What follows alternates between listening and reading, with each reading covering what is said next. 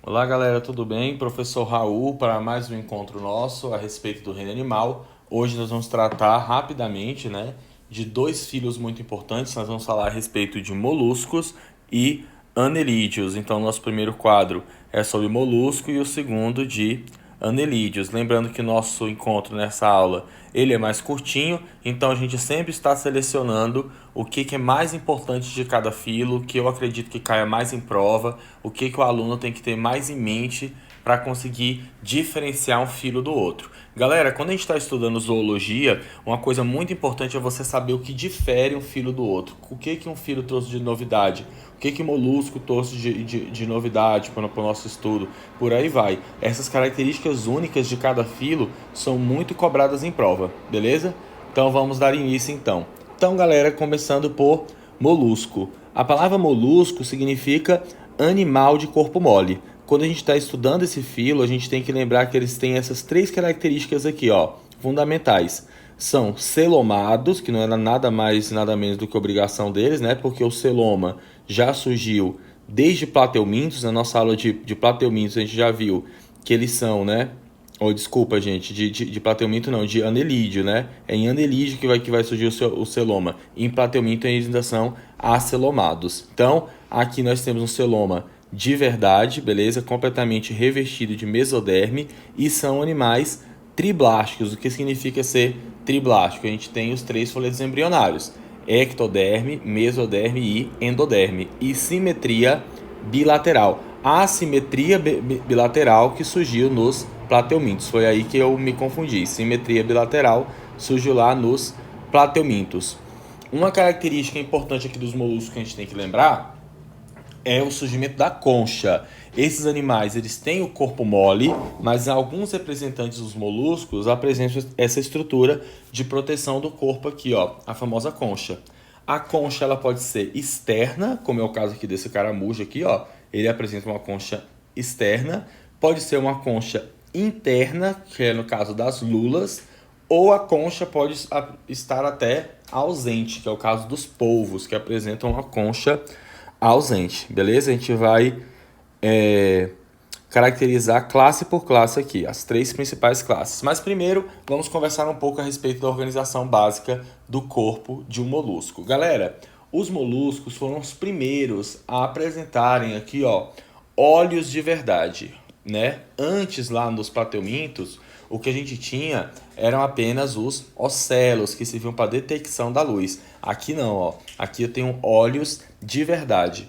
Outra estrutura também típica de molusco, não são todos eles que têm, mas é muito típico desse filo, é a presença da rádula, que é essa linguinha aqui deles, que tem os dentezinhos de calcário aqui, ó, beleza? Que eles usam para raspar a superfície, raspar os substratos de rochas e se alimentarem de pequenas algas. É como se fosse a língua de um gato, né? Tem tipo uns dentinhos assim. No gato não é tipo um dente, não é uma estrutura inorgânica. Aqui não, aqui é uma estrutura inorgânica. Então veja, eu tenho boca, papo, que serve para armazenar comida, é importante a gente lembrar da presença do papo aqui, e o final do sistema digestório é no ânus aqui, ó. Então eu tenho boca e ânus. Se eu tenho boca e ânus, o sistema digestório é dito sistema digestório completo, beleza? Sistema digestório completo. Apresenta boca e ânus. E, como eu falei para vocês, muitos deles apresentam essa estrutura de proteção dos órgãos internos aqui, chamado de concha. Galera, uma coisa importante a gente lembrar é que o molusco ele não acha a concha e entra dentro dela, como às vezes a gente vê representado em desenho, filme. Tipo, o molusco tá lá, ele tá sem a casa dele, ele vai lá e acha a concha e entra para dentro dessa concha. Na verdade, eles conseguem secretar a concha, né? A partir dessa porção aqui da pele deles que é chamada de manto. É como se fosse um suor mais espesso que eles vão soltando da pele. Esse suor mais espesso se acumula e origina a concha. Então a concha faz parte do corpo do animal. Que nem as nossas unhas. A gente produz as nossas unhas, os moluscos produzem a própria concha para proteção e revestimento de seus corpos. Lembrando que não são todos que têm, mas é uma característica bem marcante aqui desse filo. Porque o corpo deles é muito mole e muito sensível. Então, por isso, o processo evolutivo acabou culminando no surgimento dessa estrutura de proteção aqui, ó, que é a concha, beleza? Mas lembrar que a concha é secretada pelo próprio animal, tá bom? Então, olha só, quando nós estudamos os moluscos, a gente divide o corpo deles nas seguintes porções. A gente fala que a gente tem a cabeça, o pé, que é essa parte aqui de baixo, ou seja, esse nome pé aqui já está num conceito completamente diferente. Toda essa parte aqui de baixo é chamada de pé, e essa parte onde ele guarda os órgãos dele aqui é chamada de massa visceral. Veja que a concha, ela protege toda a massa visceral aqui desse caramujozinho que eu desenhei. Os principais órgãos estão aqui, então a gente tem que proteger essa parte aqui da massa visceral. Lembrando que isso varia muito de molusco para molusco. Esse aqui é o típico, né? Que é esse aqui, ó. Né? Cabeça, pé e massa visceral dentro da concha, no caso esse gastrópode aqui, mas a gente vai ver um por um. Tem uns que tem a cabeça mais desenvolvida, tem outros que nem cabeça tem, é só a massa visceral e o pé, a gente vai ver um por um. Então, vamos aqui sistema por sistema. Então, a divisão do corpo, cabeça, pé e massa visceral. A respiração desses animais pode ser tanto pulmonar, para aqueles que vivem em ambiente terrestre, né, como as lesmas e os caracóis. Vivem em ambiente terrestre, então tem respiração pulmonar. Se viver em ambiente como os polvos e as lulas, né, aquático, vão ter respiração branquial, beleza? Isso aqui repetiu, mas não tem problema, a gente apaga aqui, ó. Tá? Pulmonar ou branquial, beleza? O sistema circulatório é um peguinha clássico do vestibular aqui, ó. O sistema circulatório desses animais, em sua ampla maioria, é um sistema circulatório do tipo aberto. Sempre que você pensar em um animal de sistema circulatório aberto, você pode inferir que ele é um animal lento, beleza? É um animal lento devido à ineficiência desse sistema circulatório aqui. O que caracteriza um sistema circulatório aberto? Não sei se vocês lembram. O sangue sai dos vasos, né? O nosso sistema circulatório humano é fechado. O sangue está sempre dentro de um vaso, sempre. Nem que passe uma hemácia por vez, mas está sempre dentro de um vaso. Nesses animais, não. É como se eu jogasse um balde de sangue em cima dos órgãos e recolhesse esse sangue todinho para dentro dos vasos de novo. O sangue sai dos vasos. Então, o sistema circulatório aberto ele é menos eficiente. Consequentemente, esse animal aqui, ó, vai ser um animal mais lento. Então, os caramujos, as lesmas, são conhecidas por ser muito lentas. Só que nós temos, vamos lembrar que nós temos exemplos de moluscos que são extremamente rápidos, como, por exemplo, os polvos. Então, dentro dos moluscos, na classe dos cefalópodes, que são os polvos, esses sim são rápidos, porque apresentam um sistema circulatório fechado. Não podemos cair nessa do vestibular. A maioria dos moluscos tem sistema circulatório aberto? Tem. São todos? Não. Polvo tem sistema circulatório fechado. Vamos lembrar disso. Beleza? Excreção.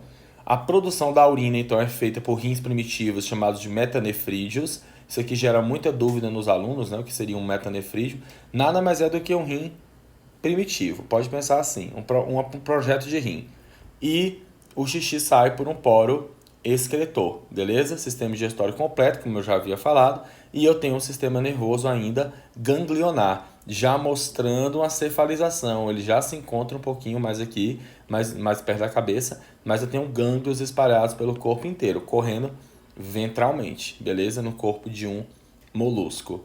Vamos conhecer as classes para a gente não confundir uma com as outras. Então, quais são as classes que a gente tem que conhecer? São 3. Os gastrópodes, os bivalves e os cefalópodes. Gastrópoda significa cavidade gástrica sobre o pé. Veja, aqui é o pé do animal, né? Nosso conceito de pé mudou completamente. Esse é o pé do animal e a cavidade digestória dele está aqui dentro da concha, ó, na massa visceral. Então, cavidade digestória acima do pé. Então, eu chamo esse ser aqui de gastrópode, beleza? Toda uma classe. Então, todos os gastrópodes, que são as lesmas, né, mais comum da gente ver, eles possuem rádula, que é aquela linguinha lá que tem aqueles dentes que são capazes de raspar os substratos. No caso dos gastrópodes, eles sempre vão apresentar uma concha. Se eles tiverem concha, é uma só, beleza? Mas você pode encontrar eles sem concha, como é o caso das lesmas. Eles ficam sem as conchas às vezes, beleza? Já os bivalves, veja que o gastrópode ele é móvel. No caso do bivalve, sistema circulatório aberto também. Tem sistema circulatório aberto, esses dois aqui, ó. Mas o bivalve, ele é um animal séssil. É o que você vê lá quando você encontra na praia, você encontra ele morto, né? Você encontra ele desmontado. É uma conchinha, né? Uma conchinha de um bivalve. Por serem sésseis, eles são animais filtradores, ficam parados filtrando a água que nem um porífero. Logo, no caso dos bivalves, não há necessidade de eu possuir a rádula, que é essa língua para raspar os substratos aqui, ó. Não existe essa necessidade. Então, bivalve é sempre bom lembrar, duas conchas, beleza? E não possuem rádula. Gastrópode, uma concha. E os cefalópodes? Cefalópodes, que os principais representantes são os polvos, os náuplios e as lulas, têm uma característica de ou não ter concha, que é o caso do polvo, ou apresentar uma concha interna, que é mais um órgão vestigial, na verdade, que é o caso da lula, ou ter uma concha externa, que é o caso do náuplio, tá? Então, o que é importante a gente observar aqui em um cefalópode? Veja, a cabeça se tornou extremamente desenvolvida. A gente tem um gânglio celebroide aqui. São animais muito espertos. Os polvos estão aí entre os animais mais inteligentes que existem, beleza? Por ter esse gânglio cerebral aqui, ó, muito bem desenvolvido, tá? O gânglio da cabeça se desenvolveu muito, mostrando mais ainda aquela tendência à cefalização. Eu tenho essas ventosas aqui, né? E os pés deram origem a esses tentáculos. Eles possuem vários e vários tentáculos com essas ventosas que eles usam para caçar. Muitos polvos têm uma capacidade imensa de camuflagem, né? Se camuflam muito bem. E eles também soltam uma tinta quando se sentem acuados, né? Estão quase sofrendo predação, eles vão lá, soltam uma tinta para atordoar o predador e saem correndo, beleza? O que a gente tem que lembrar aqui de cefalópode? Que polvos, lulas e náuplios apresentam um sistema circulatório fechado, beleza? Muito cuidado com essa questão de sistema circulatório aí nos moluscos. Tranquilo? Vamos para o próximo filo da aula? Vamos lá. Anelídeo. Anelídeo, essa palavra anelídeo significa corpo em anéis, né? Principal representante as minhocas. Aqui a gente já observa, né, os anéis. Esses anéis, vocês aí que já estão estudando há muito tempo, já chamam essa segmentação do corpo, né? Cada anel desse aqui de metâmero, né? São animais que apresentam metamerias. Cada anelzinho desse aqui é um metâmero, beleza? Então, olha só, a gente pode então definir os anelídeos como seres celomados de verdade, né? Com metameria. São celomados com metameria. E aqui agora eu vou ter uma circulação de fato no filo inteiro, uma circulação fechada, beleza? O sistema digestório deles também cai muito em prova, gente.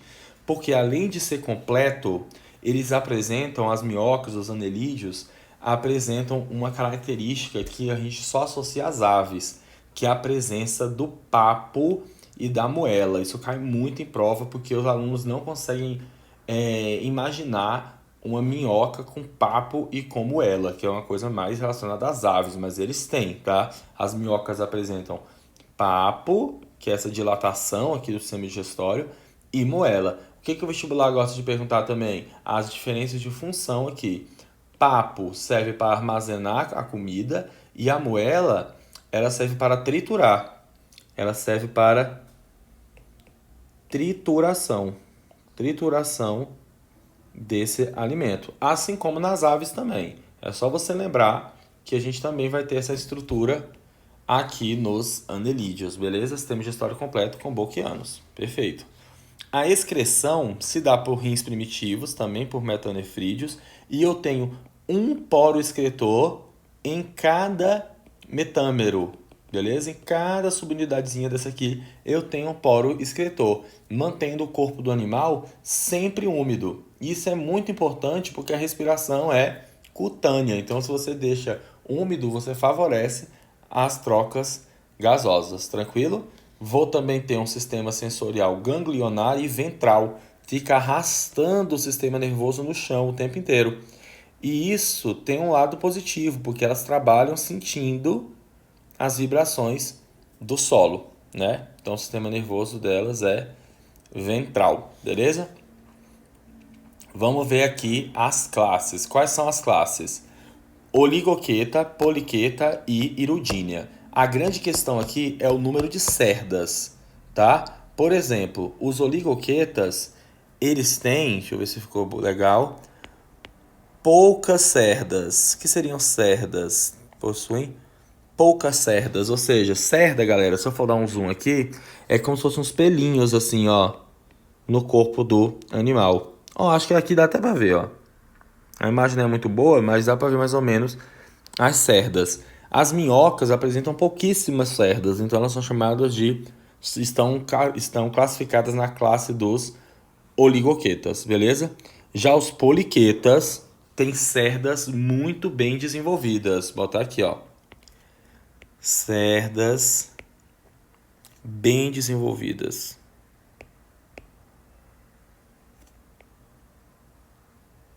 Bem desenvolvidas. São cerdas tão desenvolvidas que a gente chama de parápodes. Funcionam quase que como patinhas, de tão desenvolvidas que são essas cerdas. Então, o pulo do gato aqui tá nisso, ó. Oligoqueta tem poucas cerdas, poliqueta tem cerdas muito bem desenvolvidas e cabeça diferenciada.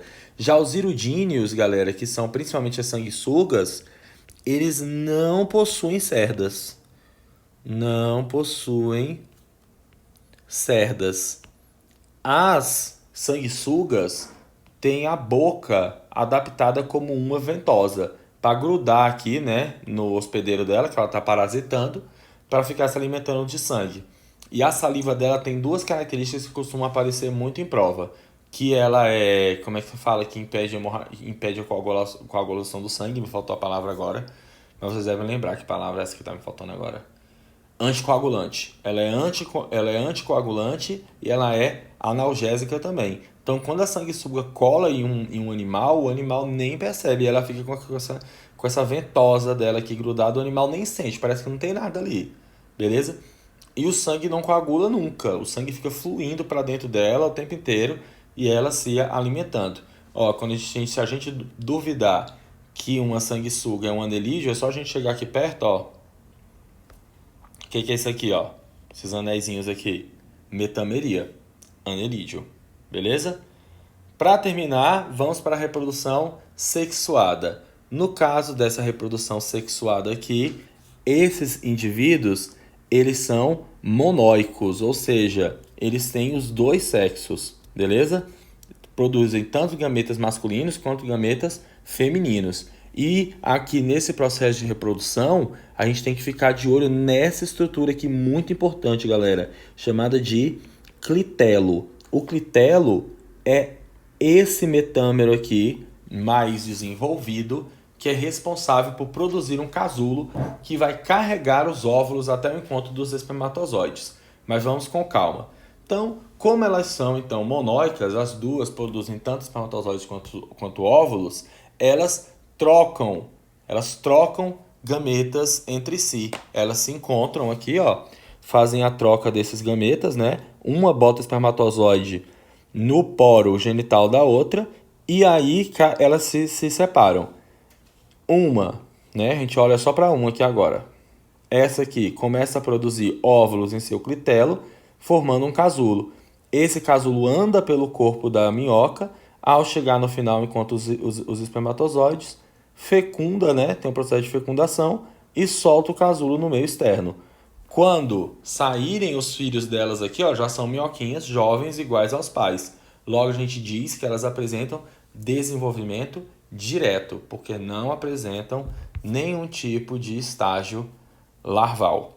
Beleza, galera? Então são monóicas com desenvolvimento direto, beleza? E fecundação interna, tá bom? Muito obrigado então pela atenção de vocês. Até a nossa próxima aula, gente. Tchau, tchau.